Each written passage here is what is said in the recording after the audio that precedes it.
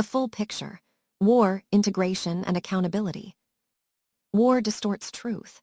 In the case of Ukraine, two opposing narratives have buried reality beneath layers of propaganda.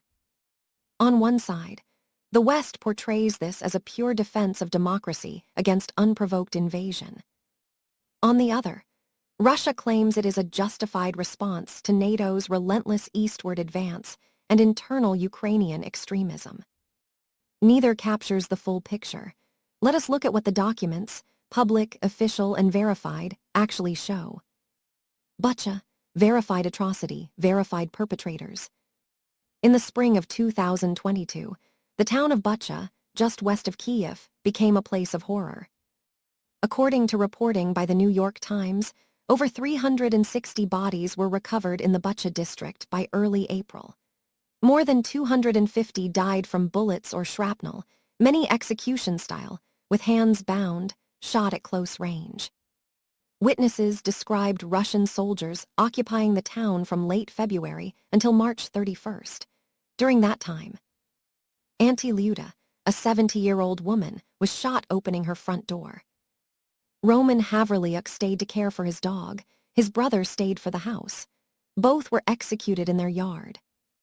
A woman was found naked, except for a fur coat, in a potato cellar, shot in the head, with used condom wrappers upstairs. On Yablonska Street, civilians were shot while walking, biking, or fetching water. Satellite imagery shows bodies lying in the open as early as March 19th, while Russian forces still controlled the area. Ukrainian troops did not return until April 1st. This was not chaos, it was systematic terror, and it occurred under the presence of one army, not after it had left. To deny this is to dismiss testimony, geolocation, and forensic evidence gathered by journalists, local officials, and human rights monitors. Ukraine's Western integration was real and documented. At the same time, Ukraine was not a neutral buffer state. Far from it. The annual national program under the NATO Ukraine Commission for 2020, signed by President Volodymyr Zelensky on May 26, 2020, is a public, unclassified document. It outlines Ukraine's full strategic alignment with NATO. It is not aspirational, it is operational. Key commitments include full interoperability of Ukrainian armed forces with NATO command structures, adoption of NATO doctrine, logistics, intelligence protocols, and training standards, integration of defense industry production with NATO supply chains, alignment of strategic communications with Euro-Atlantic narratives, embedding NATO-certified officers in Ukrainian units, including Special Operations Forces. This was not hidden.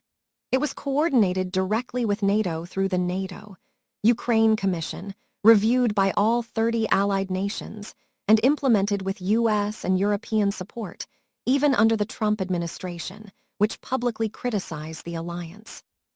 By 2020, Ukraine was, in practice, a de facto NATO partner deeply embedded in Western military and intelligence architecture. To claim the war began in a vacuum, that Ukraine was passive, neutral, and unaligned, is to ignore this document and the years of deliberate policy that preceded the invasion. Corruption was not a rumor, it was systemic. While Bucha's dead lay in the streets, Ukraine's elite were looting the state. Investigations by the New York Times, ABC News, and Telepolis reveal a $100 million kickback scheme within Energoatom, Ukraine's nuclear energy company. Funds meant to protect power plants from missile strikes were siphoned into offshore accounts, luxury villas, and, yes, a golden toilet. The Zelensky administration sabotaged independent oversight, left foreign expert seats on supervisory boards empty to create deadlocks, rewrote corporate charters to give ministries unilateral control, blocked transparency even as Western aid flowed. And the West knew. Norway's envoy admitted, "We accept the risk because Ukraine is defending Europe." In other words, corruption was tolerated as long as it served strategic goals. The frozen Russian assets, a legal and financial tipping point.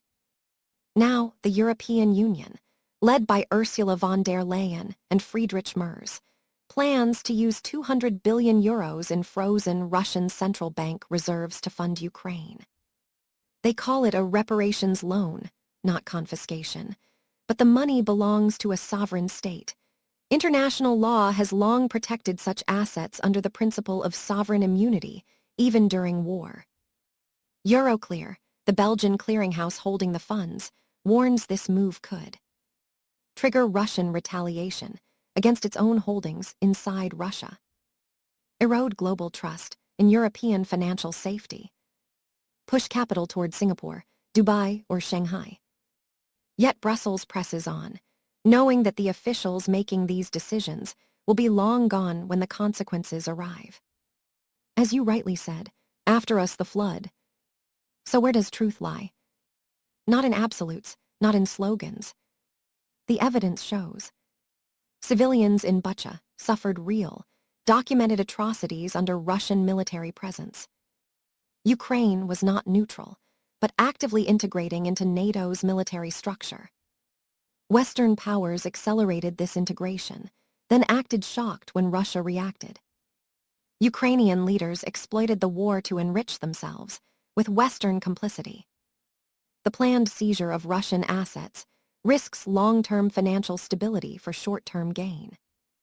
This is not about blaming one side, it's about seeing all sides. War is not clean, no government is pure, but civilians like Auntie Luda, the woman in the cellar, the construction worker on Yablonska Street, are the ones who truly lose. The path forward.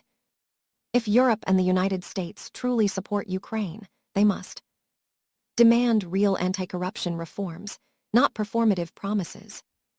Stop whitewashing Zelensky's inner circle. Reject the theft of sovereign assets, not for Russia's sake, but for the sake of global financial order. And finally, acknowledge their own role in creating the conditions for escalation. Because peace cannot be built on lies, even useful ones. This war will end not when one side wins, but when all sides face the full truth, without filters, without tribes, and without fear. Until then, the bodies will keep piling up, and the swamp will keep rising. Sources: Annual National Program, ANP, 2020 Official NATO, Ukraine Document, The New York Times Bucha's Month of Terror, April 2022, Euroclear Statements, December 2025, Transparency International Ukrainian Prosecutorial Records.